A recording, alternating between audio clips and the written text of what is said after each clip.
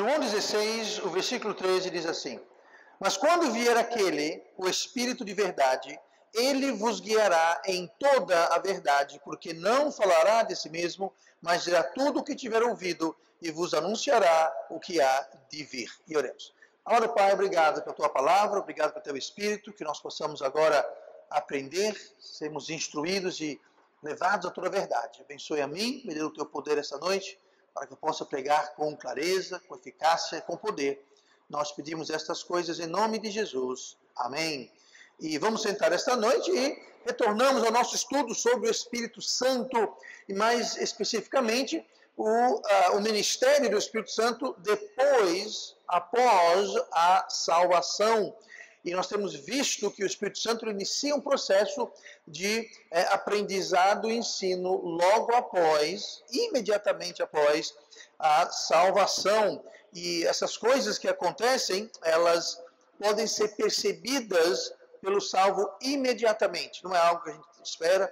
Essa mudança, ela deve ser sensível, perceptível. Não é algo que acontece anos depois, não, é algo que é iniciado logo de instante, então em alguma medida, em algum grau, é perceptível pela pessoa. Mas nós temos visto aqui algumas dessas coisas que o Espírito Santo faz após a salvação. Nós vimos primeiramente que ele ele dissipa as trevas e, consequentemente, as ilusões que muitas vezes se erguem, aparecem, que nós tínhamos da nossa antiga vida, antes de sermos salvos. Às vezes nós tínhamos conceitos, pensamentos, ilusões, filosofias, e essas são dissipadas ou pelo menos balançadas. Talvez não caem imediatamente, você não vai ter um entendimento perfeito de um dia para o outro, mas você começa então a ter uma visão mais completa, mais clara da situação. Nós vimos também, depois disso, que ele altera o nosso entendimento, ele altera os nossos apetites. Muitas coisas mudam, mais uma vez, não é uma coisa que é 100% completa, é um processo que vai demorar toda a nossa vida, mas um início é dado, e esse início ele é perceptível, e muitas vezes ele é mais ou menos perceptível, não, mas sempre há alguma percepção. E na semana passada nós vimos a questão de que o Espírito Santo ele está recrutando e enviando obreiros para a ceifa, para a colheita. E ele faz isso porque Deus não nos salvou apenas para a gente ficar com o braço cruzado, esperando a morte para ir para o céu. Não foi para isso nós somos salvos. Nós estamos aqui com um motivo, e o motivo é a colheita, o motivo é a ceifa, somos os ceifeiros, somos os obreiros, e Deus então envia e recruta e envia. Hoje nós vamos ver algumas coisas que o Espírito Santo nos mostra, que ele nos ensina logo após a salvação e que deve permanecer conosco toda a nossa vida cristã, se for da vontade dele e é. Olha comigo para 2 Coríntios capítulo 4, onde nós vamos ver um ponto muito importante e muito dramático, tá? Mas isso é muito impactante em nossas vidas. 2 Coríntios capítulo 4, lá no Novo Testamento, olhe comigo no versículo número 3, 2 Coríntios 4, versículo 3, diz assim, eu vou ler do 3 ao 6, mas por gentileza acompanhem. Mas, se ainda o nosso evangelho está encoberto, para os que se perdem está encoberto. Antes de continuar, eu só quero fazer aqui uma anotação. Note a palavra os que se perdem. O evangelho está encoberto para os que se perdem. Há pessoas que não estão conseguindo enxergar, entender o evangelho. Por quê? Porque está encoberto. E, em consequência deste encobertamento, eles estão perdidos e vão permanecer perdidos até que ele seja descoberto. Tá bom? Então, com isso em mente, vamos ler de novo o versículo 3. Mas se ainda o nosso evangelho está encoberto, é para os que se perdem que está encoberto. Versículo 4. Nos quais o Deus deste século, note bem a palavra Deus aí. Essa palavra Deus está com D minúsculo. E não só isso, mas fala o Deus deste século, ou seja, o Deus desta época, o Deus deste mundo, o Deus do atual sistema. Aí não está falando sobre o Deus Jeová, o Deus Todo-Poderoso, o Deus Criador, o Deus do Universo. Não. Esse aqui é um D com Deus minúsculo, é o Deus deste mundo. Aqui está falando sobre o diabo, gente. Tá? O Deus deste século, com D minúsculo, como lemos aí, está falando sobre o diabo. Então é o diabo que está fazendo o quê? Nos quais o Deus deste século cegou os entendimentos dos incrédulos. Então veja bem, quando a pessoa é incrédula, ou seja, o que é o incrédulo? Ele não crê. Ele não crê, ele é incrédulo, ele não crê. Então a pessoa que não crê, ela não crê por um motivo, porque o diabo, o Deus desse século, está encobrindo, está cegando o entendimento. Fé começa onde? Na mente, no entendimento. Ele cega o entendimento, porque se você não entender, você não pode crer. Se você não crer, você não pode ser salvo. Então ele vai lá na raiz da questão, ele cega o entendimento. Porque cegando o entendimento, o evangelho fica coberto, porque a pessoa não entende, se não entender não pode crer, se não pode crer, não pode aceitar, não pode ser salvo. Vamos lá então. E os quais o Deus desse século cegou os entendimentos dos incrédulos para que lhes não resplandeça a luz. Note bem a palavra, resplandeça, ou seja, não brilhe. Não resplandeça a luz do evangelho da glória de Cristo, que é a imagem de Deus. Versículo 5. Porque não nos pregamos a nós mesmos, mas a Cristo Jesus, o Senhor, e nós mesmos somos vossos servos por amor de Jesus. Porque Deus, que disse que das trevas resplandece a luz, é quem resplandeceu em nossos corações para a iluminação do conhecimento da glória de Deus na face de Jesus Cristo. Então você veja como existe aqui duas forças. Tem o Deus Pai de Jesus, o Deus universo, o Deus Jeová, ele está querendo que resplandeça a luz em nossos corações. O diabo está cegando o entendimento para que não resplandeça a luz. Então nós temos Deus de um lado querendo brilhar a luz do Evangelho, querendo abrir a mente e o entendimento das pessoas. Nós vemos isso com Lídia, onde quando Paulo chegou, o Espírito Santo levou Lídia a atentar ao que Paulo estava dizendo e abrir o entendimento dela, e tantos outros casos. Mas do outro lado nós temos o diabo, o Deus desse século, que está querendo fazer o oposto. Ele quer cegar o entendimento para que essa luz não brilhe. Tá? Então veja, nós temos aqui uma luta entre luz e trevas, e é o Espírito Santo que está querendo trazer luz, entendimento, para as pessoas entendam, para que elas possam crer. Agora veja bem, a pessoa pode entender, mas só entender não salva ninguém. Você pode entender o Evangelho, você pode saber do Evangelho, você pode entender, somos pecadores, inferno, céu, Jesus, morte, sangue, blá, blá, blá. Você pode entender tudo, mas se você não crê, não vai servir de nada. Mas ao mesmo tempo, se você não entender, você não pode crer, porque para crer tem que entender. Você tem que entender no que você está crendo. Então entender é importante, mas não é o bastante. Não é o suficiente. Ninguém é salvo porque entendeu o Evangelho. É salvo porque entendeu o Evangelho e creu. E recebeu o Evangelho. Aí sim existe salvação. Às vezes, é possível observar em alguns... eu não quero usar a palavra crente, eu vou dizer pseudo-crente, pessoas que alegam ser crente. Eu não posso julgar a salvação de ninguém. Mas vocês vão entender daqui a pouquinho por que eu estou dizendo pseudo-crente. Algumas pessoas que se identificam como crentes, eles muitas vezes relatam com certo orgulho o seu testemunho de salvação.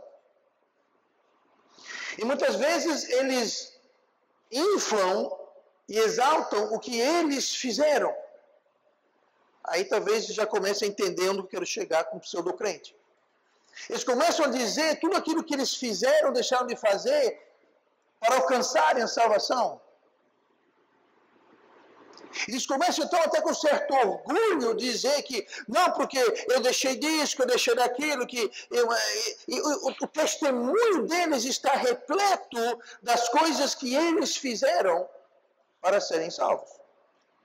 O problema com tal relato, com tal testemunho, é que a salvação não depende de nós. Não é o que eu fiz, vou fazer ou fazemos. 2 Timóteo 1,9 diz assim, falando sobre Deus, é claro, que nos salvou e chamou com uma santa vocação, não segundo as nossas obras. Então Deus nos salvou não segundo nossas obras, mas segundo o seu próprio propósito e graça que nos foi dada em Cristo Jesus antes dos tempos dos séculos. Então veja bem, Ele nos salvou, mas não foi nossas obras. Não foi nada que nós fizemos, mas foi pela graça. Foi por Cristo. Romanos 11, versículo 6, onde Paulo aqui está explicando sobre a questão da graça e das obras, da graça e da lei. Romanos 11, 6 fala, mas se é por graça, ele falando aqui sobre a salvação, falou que se a salvação é por graça, porque você não vai encontrar um crente no mundo que vai dizer que a salvação não é pela graça. Todos eles dizem. O crente, o pseudocrente, que acha que é crente, muitas das seitas falam isso. Eles enchem a boca, salvação é de graça, salvação é pela graça. Aí Paulo fala assim, mas se é por graça, já não é pelas obras. E ele continua, de outra maneira, a graça já não é graça.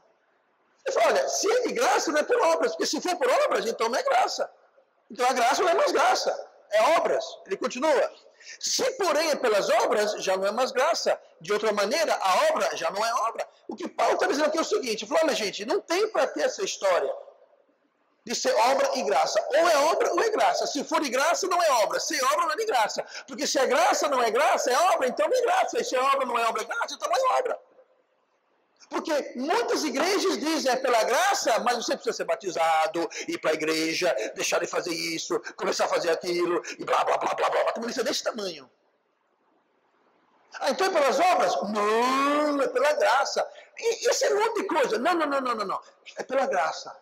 Ah, então não é obras. Não, é obra também. Então fica uma confusão. Você encontra aquela pessoa por aí, as pessoas estão todas enroladas e muita gente fica tão confuso que eles dizem, sabe uma coisa? Eu desisto. Eu vou ver minha vida e deixar isso para lá, quando tudo é doido. E aqui em Romanos 11, 6, Paulo está dizendo, tão simples, gente. Se é graça, é graça. Se é obra, é obra. Não dá para ser os dois. Porque se for os dois, deixa de ser um dos dois. Ou é, ou não é. Então, quando vem alguém dizendo, oh, eu sou salvo porque eu deixei disso, porque eu vivi assim, agora eu vivo assado. Peraí, então, foi obras? Não, foi graça. Isso é lista de coisas aí que você está relatando. Por isso que eu digo pseudocrente, porque se a pessoa está realmente crendo na graça, então é graça. Se está crendo nas obras, é obras. E nós sabemos lá em Efésios 2, 8 e 9, porque pela graça sois salvos por meio da fé, isso não vem de vós, é dom de Deus, não vem das obras para que ninguém se glorie. E o que a gente vê muitas vezes são pseudocrentes se gloriando nas suas obras, defendendo a salvação deles, porque ele persevera até o fim, bondade do coração, eu sou fiel na igreja, porque eu não faço isso, porque eu não faço aquilo, não busco o bem do próximo, eu amo Deus. Gente, tudo isso é maravilhoso, mas é obra. Sim, pastor, e daí? Nós não fomos salvos, preste bem atenção nisso aqui, isso, o que eu vou dizer agora vai colocar em você lá embaixo, no subsolo, mas é pura verdade. Nós não fomos salvos porque nós queríamos ser salvos. Nós não fomos salvos porque nós amávamos Deus. Nós não fomos salvos porque nós queríamos viver pertinho de Deus e juntinho de Deus. Nós éramos inimigos de Deus. E Deus comenda seu amor para conosco, em que Cristo morreu por nós, sendo nós ainda pecadores. Ninguém foi salvo porque amou Deus, ou fez alguma coisa para Deus, ou impressionou Deus. Não. Isso tira totalmente qualquer glória da gente. O versículo 6 de de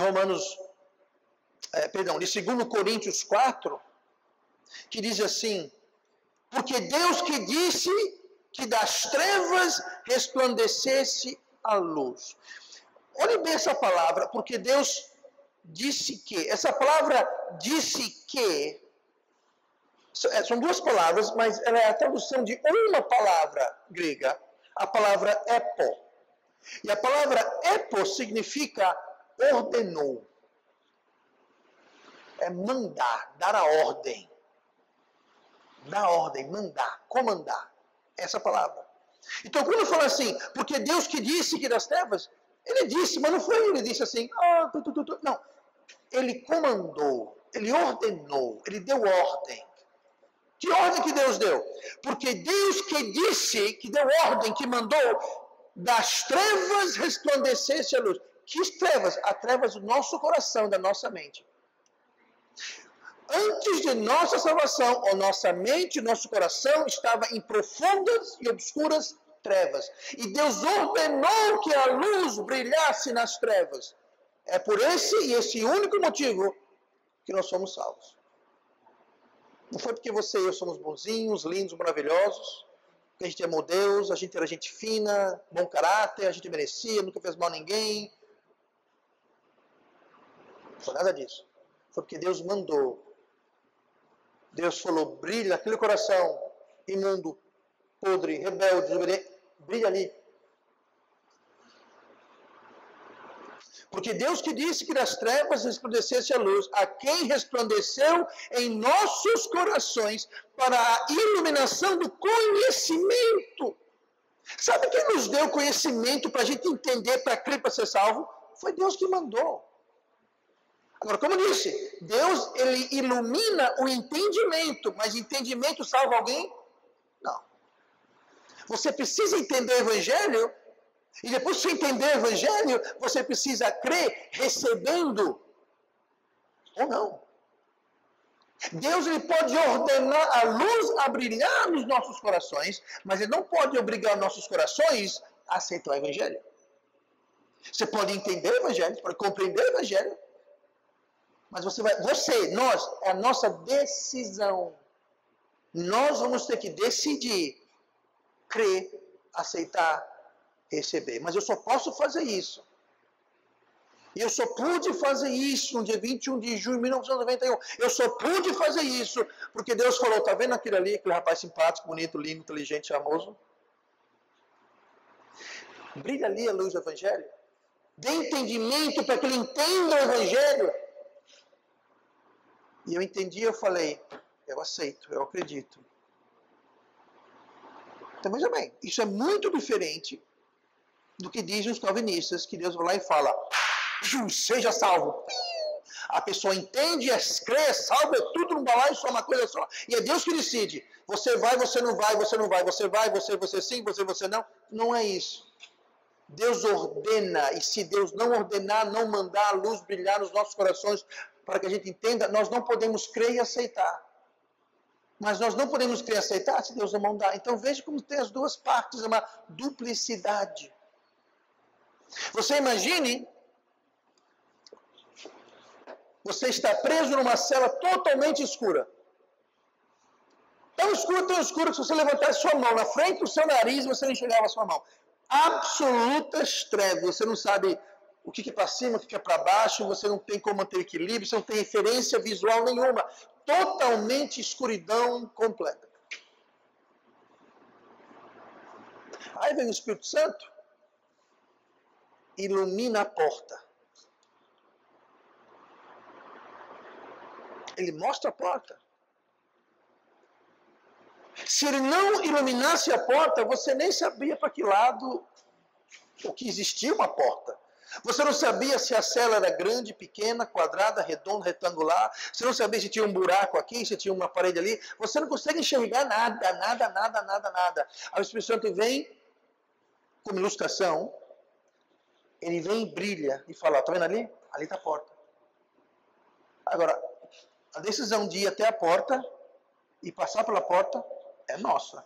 Mas nós não tínhamos como sequer achar a porta, encontrar a porta. Nós não podíamos sequer escolher ir e entrar pela porta se a gente não sabia onde estava ou se existia tal porta. Eu não sei se essa cela tem 100 metros, 100 quilômetros, eu não sei de nada, eu não estou sentindo nada, eu não sei, eu não faço a mínima ideia. Essa é uma perfeita ilustração do que acontece na salvação. Espiritualmente estamos mortos, cegos nas trevas. Quem nos cegou, que nos colocou naquela cela escura, foi o Deus, com D minúsculo, deste século, a saber, o diabo.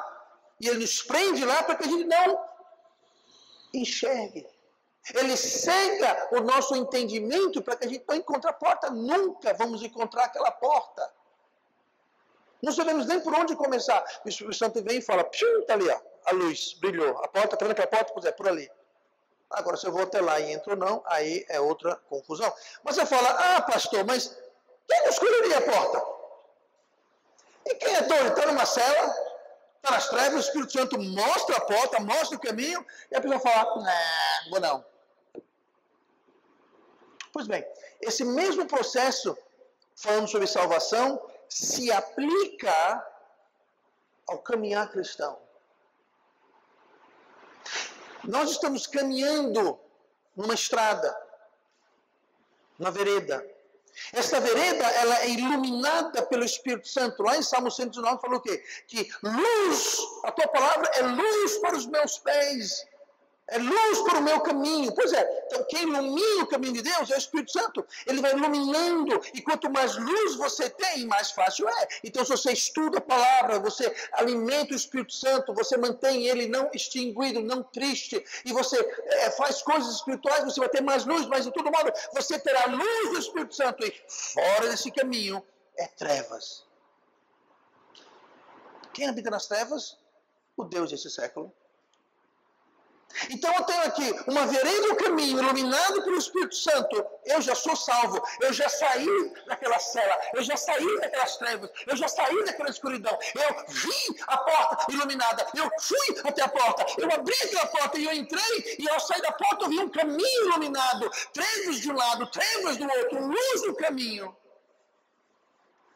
E mesmo assim tem crente. Você fala, pastor, mas quem não entra pela porta? Pois é, tem muito crente que entra pela porta, está andando no caminho, aí fala assim, eu vou dar uma saidinha do caminho. Eu vou ver essas trevas aqui, como é que é a coisa aqui. Ó. É o mesmo princípio da porta. Do mesmo jeito que tem gente que vê a porta dentro da cela escura e fala, eu não quero aquilo, eu não vou, seja lá qual for o motivo. Tem muita gente que depois que sai pela porta, decide não andar na luz. Decide andar na beira, na sombra. Um pé na luz e um pé nas trevas. Eu vou dar uma saidinha, porque eu estou vendo, estou só um passo. Qualquer coisa eu dou um pulinho e eu volto para a luz. O problema é que você dá um passo, 2 passos, 3 passos, daqui a pouco você está tão longe que você não sabe nem mais o caminho de volta. Mesma coisa. Não é só para a salvação. É para a vida cristã que isso aqui se aplica também. E por isso que a Bíblia, a palavra de Deus, deve ser a luz para o nosso caminho. Porque onde não há luz, há trevas. E onde há trevas, ali é o reino do Deus desse século. Que ele cega o entendimento para as pessoas não entendam. Para não ser salvo, e depois para não ser útil para Deus. Mas o princípio, ele é o mesmo. O caminho e sucessivas portas depois do caminho podem ser, por exemplo, ler a Bíblia. Você está no caminho, no seu caminho, você tem uma bifurcação. Uma leva para as trevas, a outra leva para uma porta chamada leitura bíblica. Muita gente fala, quero não. Eu vou para esse outro lado aqui. Ó. Por exemplo, vir para a igreja, ir para os cultos, ouvir a palavra. Tomar decisões, fazer escolhas. O Espírito Santo sempre vai trazer luz para fazer a coisa certa. Anos atrás eu estava numa conferência de pastores na Flórida, nos Estados Unidos, no sul da Flórida. E um pastor já aposentado, velhinho, tirado seus 50 e poucos anos, velhinho. Ele falou uma coisa, eu não lembro mais, ele falou um bocado, eu só lembro disso que ele falou assim, todos nós sabemos o que devemos fazer. O problema é que não fazemos. Ouch. Tradução. Você está andando no caminho, uma porta aqui, o Espírito Santo fala, é por aqui. A gente sabe que é por aqui. Só que a gente escolhe fazer o quê? Eu vou por aqui. É o mesmo princípio. É aquela pessoa que está naquela sala, aquela cela escura, o Espírito Santo mostra a porta e fala, é por aqui. Ele fala, não, vou por aqui. É o mesmo princípio. Saber o que é certo e errado nunca resolveu o problema de ninguém. Eu digo mais. Saber o que é certo e errado é sabedoria. Você sabia que sabedoria não pode resolver o seu problema? Não pode lhe ajudar em nada? Deixa eu explicar. A minha sabedoria só pode ajudar aos outros. Eu posso passar a minha sabedoria para outras pessoas. Eu estou ajudando outras pessoas compartilhando a minha sabedoria. Mas para mim, a minha sabedoria não serve de absolutamente nada. A não ser que eu transforme a sabedoria em ação. Aí se torna o que a Bíblia chama de entendimento. Entendimento é sabedoria na prática. Entendimento é a aplicação da sabedoria. Ou seja, a sabedoria teórica nunca ajudou ninguém. Só ajudou para quem não conhece. Então, eu posso passar a teoria da sabedoria para você, para ajudar você a colocar em prática se você quiser. Mas até você colocar em prática, e até eu colocar em prática, sabedoria não serve nada. De nada, absolutamente nada. Se sabedoria fica só na teoria e nunca passa para entendimento, que é sabedoria na prática, não serve de nada. É completamente inútil. Quer ver alguém bem sábio? Salomão era sábio. Salomão teve 1000 mulheres. Salomão sacrificou seus próprios filhos no fogo. Salomão dividiu o reino, fez alianças com países que não devia ter feito. E quando ele morreu, o reino foi dividido depois da morte dele. Ele sabia? Era sábio, mas nem sempre aplicava a sabedoria. Nem sempre colocava em prática. Toda a sabedoria que ele tinha não serviu de nada, porque ele acabou estragando o reino. O reino ficou rico, influente, poderoso, ficou. Mas fez assim, porque não foi edificado na rocha, foi na areia. Cresceu, cresceu, cresceu, e depois implodiu, ficou rachado no meio, dividiu. Porque sabedoria só ajuda quando você a pratica e a coloca em ação. Então, tudo isso para dizer o quê? O Espírito Santo, veja bem, foi tudo isso, mas eu não falei o que o Espírito Santo faz. O Espírito Santo nos mostra o quão perto nós tínhamos chegado do inferno. Até o momento que você e eu fomos salvos, um instante, uma batida de coração, um piscar de olhos, nos separava do inferno. Essa tragédia de São Paulo hoje, 10 pessoas morreram. Pelo menos 8 delas não faziam ideia. Parece que 2 já tinham planos de se matar, mas as vítimas, as 8 vítimas, elas foram para a escola achando que iam voltar para casa. Vão jantar com a família, passar a noite com a família, com os seus pais, amigos, colegas. Um ato de loucura, um instante de loucura infernal, ceifou a vida de 8 pessoas inocentes que não tinham nada a ver com nada. Podia ser eu, podia ser você. Ah, pastor, não estava naquela escola. Gente, você pode estar atravessando a rua.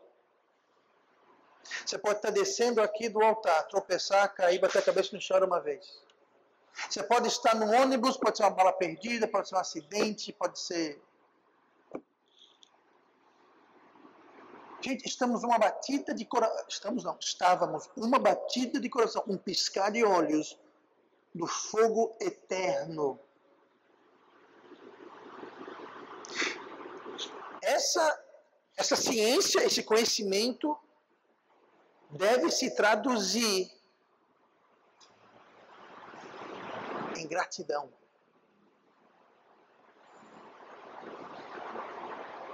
Deve se traduzir em uma sensação de gratidão que nos leva a querer servir e obedecer o nosso Salvador. Sabe por que tem muito crente desobediente? Eles não pensam, eles não refletem do que eles escaparam e quão perto chegaram. Gente, eu já contei essa história antes. alguns dias antes de eu ser salvo, eu passei uns 2, 3 dias em completa aflição. Eu estava com medo de morrer. Eu não estava doente, eu não estava numa guerra. Humanamente falando, eu não tinha chances maiores de morrer, porque eu não estava numa situação de perigo, não estava no meio de um terremoto, de uma guerra civil, nada. Morava numa cidade relativamente segura, índice de criminalidade baixo, emprego seguro, eu não tinha uma profissão perigosa, mas eu estava temoroso de morrer, porque eu sabia que para morrer basta estar vivo. E se eu morresse, eu tinha plena convicção que eu ia para o inferno. E eu não estou exagerando quando digo, eu evitava, por aqueles 3 dias, eu só saí de casa o que eu não podia evitar. Falei, bom, eu aqui sentado na minha sala não é possível, né? Tudo é possível, mas é menos chance. Até que eu saí da minha casa e eu fui para a casa do pastor Júlio. E eu falei, eu tenho que resolver isso, eu não consigo viver assim, vou ficar maluco. Eu cheguei lá e falei, como é que eu posso ter certeza? Ele já tinha falado comigo antes. Eu tinha, ok, tá, mas o Espírito Santo vinha trabalhando, até o ponto que eu cheguei naquele dia, 21 de julho, quando eu estava completamente alucinado. Falei, se eu morrer agora, eu estou frito, literalmente frito. Pois é, essa sensação deve acompanhar o crente, porque o Espírito Santo ele vem nos mostrar, ele vem nos iluminar daquilo que nós escapamos. E isso deve ser traduzido em obediência, em gratidão, impactar nossas vidas. Olha comigo para João capítulo 16. Estamos vendo algumas coisas que o Espírito Santo nos mostra, nos ensina, ele nos mostra o quão próximos estávamos do inferno. Estávamos trancados numa cela, nós não sabíamos o tamanho, dimensão, o formato da cela, total escuridão, e se não fosse Deus que mandou, ordenou que a luz brilhasse, a gente ia ficar ali para o resto da eternidade. Então a diferença é que o chão ia abrir, a gente quer o inferno. Outra coisa, inferno é escuridão. Você fala, pastor, como é que inferno é escuridão só tem fogo, e fogo da luz? Nem todo fogo da luz, gente. Vou dar um exemplo para você. Vai para casa, ligue o forno, o fogo, como se chama? Um bocal? Uma boca. E coloque na chama mais quente. Quando você coloca na chama mais fraca, que cor que é a chama? Amarela. A mais fraca é amarela. E ela dá luz. Ela ilumina. Quando você coloca no fogo mais alto, a chama se torna azul. E ela ilumina bem menos. Agora, se você olhar cuidadosamente aqueles buraquinhos onde sai o gás, você vai ver que entre a chama azul que você vê e o buraquinho, pastor, não tem chama nenhuma, é invisível. Não, ali tem uma chama. É a chama mais quente. E você não a enxerga porque ela não dá luz. E como ela não dá luz, ela parece que é transparente. Pode ver. A chama mais quente, aquele que usa maçarico. Pega o maçarico. Quando você bota ele no fogo mais baixo, é uma labareda amarela que dança, né? Aí você bota no mais alto.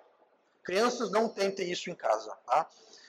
A chama ela fina e fica azul na ponta. E aqui parece que não tem nada. Passe o dedo para você ver se não tem nada. Como eu disse, não façam isso. Mas eu passei o dedo e o que aconteceu? Pois é. Lá tem uma chama, só que ela não dá brilho. Ela não dá luz. E no inferno, o fogo é tão quente que não dá luz. E se não dá luz, o que você tem? Trevas. Então entenda. O inferno é um lugar de chama, mas aquela chama quente que não dá luz. Então sim, tem muita gente que fala, a Bíblia é errada, fala que inferno é escuridão, mas no inferno tem fogo. Como que pode inferno ter escuridão e ter fogo e blá blá blá? É que não entende de nada, cara. Se você for estudar física e observar, você vai ver que a chama mais quente não dá luz, por isso que é trevas. Ou seja, a Bíblia é cientificamente correta. Tá? São os ignorantes que não entendem de nada que ficam colocando defeito na Bíblia. A Bíblia é correta cientificamente, sempre foi. Em tudo, aliás. Bom, voltando aqui à história. João 16, versículo 8. E quando ele vier, convencerá o mundo do pecado e da justiça e do juízo. Estamos falando sobre luz, resplandecer luz. Sem a luz de Deus, nada podemos enxergar. É o que nós lemos aqui. Ó. E quando ele vier, falando sobre o Espírito Santo, quando ele vier, convencerá o mundo do pecado e da justiça e do juízo. Então, quem vai convencer a gente do nosso pecado, sabe quem é? É o Espírito Santo. Não é o nosso coração. Não é você, não sou eu. Por mais inteligente e elevado que seja o QI de alguém, ou o inverso, por mais baixo que ele seja, sem o Espírito Santo, ninguém compreende as coisas de Deus. Eu digo mais, quanto mais alto o seu QI, muitas vezes o que acontece é que atrapalha. A pessoa se acha orgulhoso demais, a pessoa se acha conhecedor demais, a pessoa se acha... Aí começa a ver defeito na palavra de Deus, na Bíblia. Aí, claro que eu não vai dizer isso na sua cara assim, mas eu já conheci pessoas assim. Tão inteligente que não acreditavam na Bíblia, de tão inteligente que eram. Aí já mostra que não são tão inteligentes assim. Porque quem vai mostrar, quem vai fazer a gente entender, não é a nossa inteligência. É o Espírito Santo, que vai nos convencer do pecado, da justiça e do juízo. É o Espírito Santo que vai nos guiar em toda a verdade. Nós lemos em João 16, 13. Mas quando vier o Espírito de verdade, ele vos guiará em toda a verdade, porque não falará de si mesmo, mas dirá tudo o que tiver ouvido e vos anunciará o que há de vir. Então, sem a luz de Deus, a gente não entende nada. Eu digo mais, quer ver um versículo impressionante? Abra em Salmo 36. Esse é um versículo, você vai ter que ler ele umas 2 vezes para entender para ver se é isso mesmo que está falando, mas é. Tá? Parece que está se repetindo ou falando de uma coisa redundante. Salmo 36, e versículo 9, fala assim, ó. Sem a luz de Deus, nós não podemos enxergar a luz de Deus. Como eu disse, redundante. Diz assim, ó. Salmo 36, versículo 9. Porque em ti está o manancial da vida. Na tua luz veremos a luz. Na tua luz, veremos a luz. Ou seja, se não for na tua luz, se não for na luz de Deus, nós não vamos ver a luz. Sem a luz de Deus, a gente não enxerga nada. Sem a luz de Deus, nós não compreendemos nada. Por isso que eu digo, não adianta você ter um QI altíssimo. Sem a luz de Deus, você não vai enxergar a luz. Se Deus não comandar, não dá entendimento, você não vai entender nada das coisas de Deus. É o Espírito Santo que vai trazer a luz. Nós não temos nada de gabar na nossa salvação. Nós não temos nada de se gabar do nosso crescimento espiritual. Não tem motivo para ficar, como eu sou legal, como eu sou bom, como eu sou... Nada. Crédito, zero. Porque sem a luz de Deus, a gente não enxergava luz nenhuma. E essa iluminação de Deus, ela vem em etapas. Abram para Provérbios 4 e versículo 18. Tá? Essa iluminação que Deus dá, e essa iluminação que eu estou falando aqui agora, não é a iluminação para a salvação, é a iluminação para amadurecimento espiritual, crescimento espiritual. Essa iluminação, ela não vai vir em um flash, não vai vir em um clarão. Deus não vai dar tudo de uma vez só para você. Ele não vai descarregar a caçamba toda de uma vez no seu quintal. Ele não vai fazer isso. Ele faz aos poucos. Olha o que fala aqui no Provérbios 4 e versículo 18. Diz assim: mas a vereda dos justos é como a luz da aurora. Lembra que eu falei sobre o caminho, a vereda, o caminho iluminado? Pois é. O caminho dos justos é como a luz da alvorada, ou seja, ele é iluminado. Mas continua. Que vai brilhando mais e mais até ser dia perfeito. A alvorada é de madrugada. Então Deus vai iluminando assim, ó. O sol vai nascendo, vai iluminando, e quanto mais o sol sobe, mais longe você enxerga. Mas note que fala mais e mais. Você sabe, né, que o sol não se levanta assim. Eu sei, tem gente que acorda, o sol já está lá em cima, né? Mas aí é outra conversa, tá? é que você está dormindo, mas se você tivesse acordado, o sol levanta devagarinho. Pois é, assim é a iluminação de Deus. Ele vai mostrando aos poucos, mais e mais. Quanto mais luz você recebe, aceita, coloca em prática, Deus lhe dá mais luz. E se você recebe luz e não faz nada com aquela luz, Deus não dá mais luz. Até você aceitar e praticar aquela luz que Ele já te deu. Então aqui fala que vai brilhando mais e mais, até o dia perfeito, ou seja, até o dia perfeito, o dia está completo, está claro. E o que acontece é que muita gente, ele recebe luz, mas não aceita aquela luz. Não, quero não, vou fazer não. O resultado é que Deus não dá mais. E se Deus não dá mais, como é que você vai aceitar mais? Pastor, Deus parece que não está falando comigo. Pode ser isso. Ele falou, você ignorou, ele não falou, ok, então não vou falar mais. Não tem criança que quer sobremesa? Pois é, nós tudinho quer sobremesa. Só que papai e mamãe, os corretos dizem o quê? Não, quando você comer o seu brócolis, você vai ter o sorvete. Eu não quero brócolis, então não tem sorvete, Belo. Deus é assim, quer mais luz? Aceita que eu te dei? E que tal essa? Hoje para o almoço tem jiló. Jiló. Eu não vou comer jiló. Tudo bem. Mas se eu não comer jiló para o almoço, sabe o que eu vou ter para janta? Não só jiló, o mesmo jiló.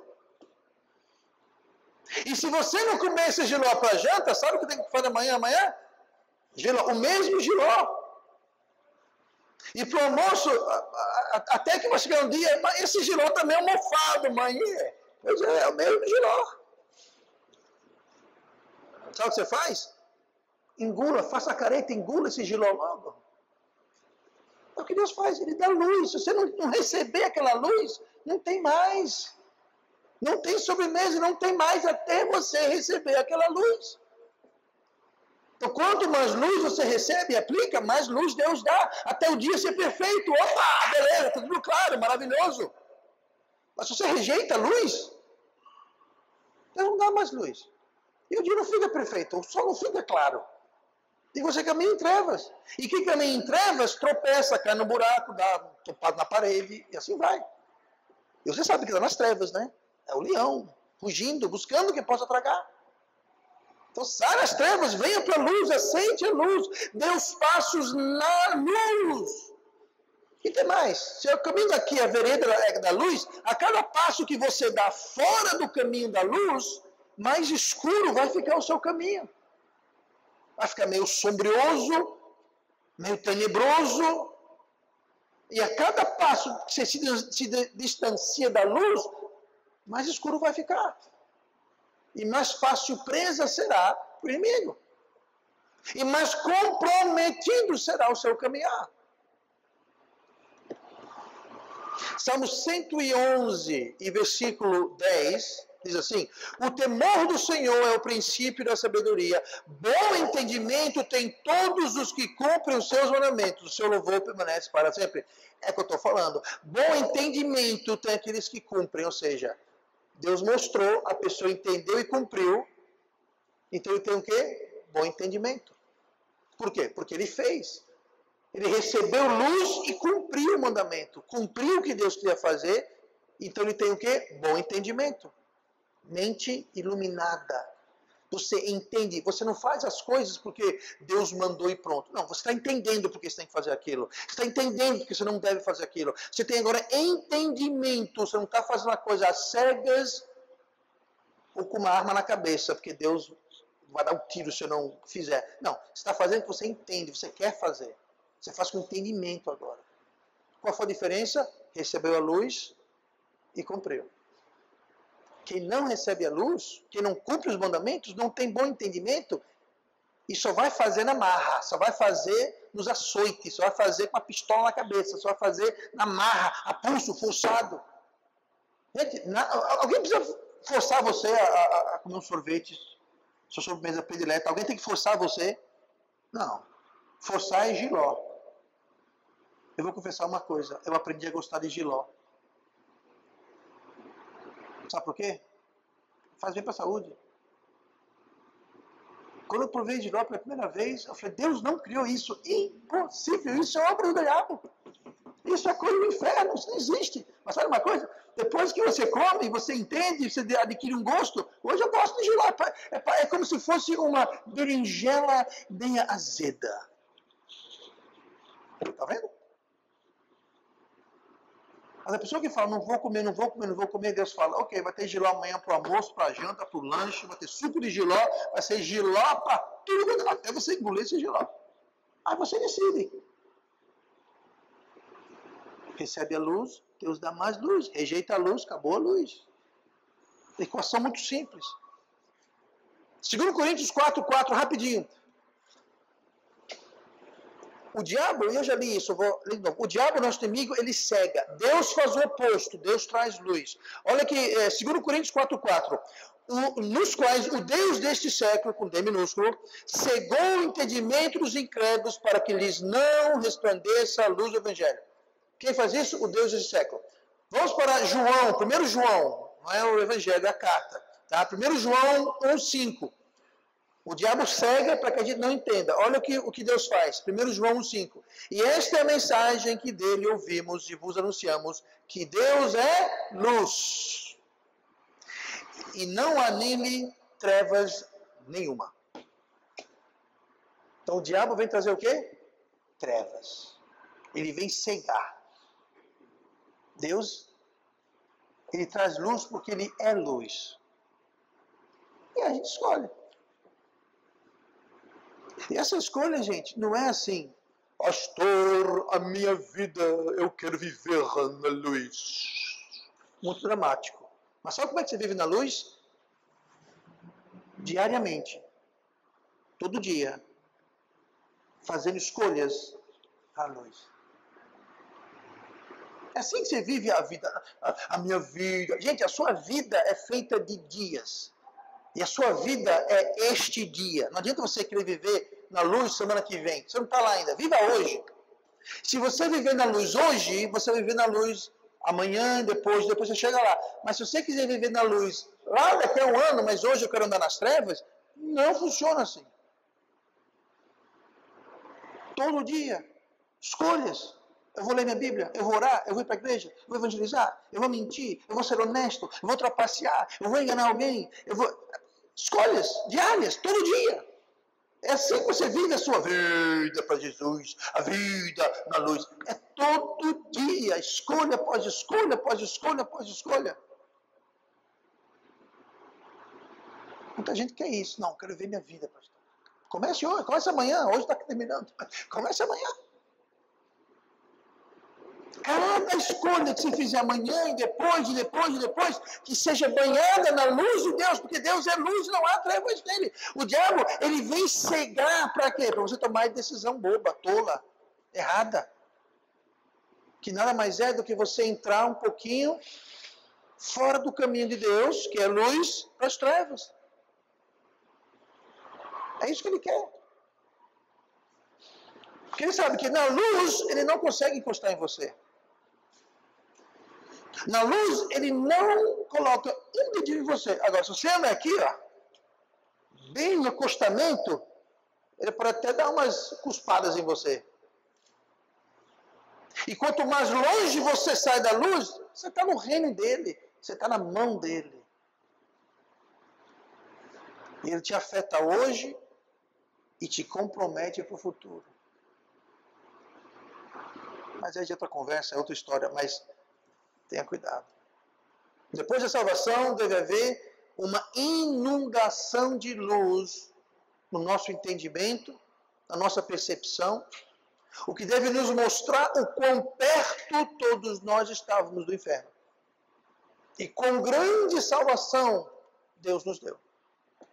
E essa luz deve temperar e guiar cada passo de cada dia, de cada decisão que nós tomamos. Qualquer coisa fora disso, a pessoa vai entrar nas trevas. Entenda.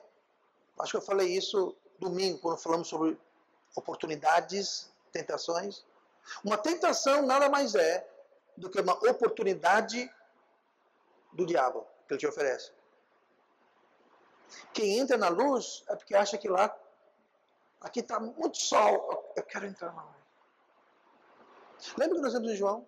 Os homens odiaram a luz porque suas obras eram más. Obras más é o quê? Trevas. Quem tem obra má não quer viver na luz porque a luz vai revelar. Então ele sai da luz para que a luz não resplandeça e não traga convicção. Então eles vão para as trevas para fugir da luz. Porque suas obras eram más. Está lá em João. Pastor, chega. Ok. Semana que vem tem mais. Vamos orar.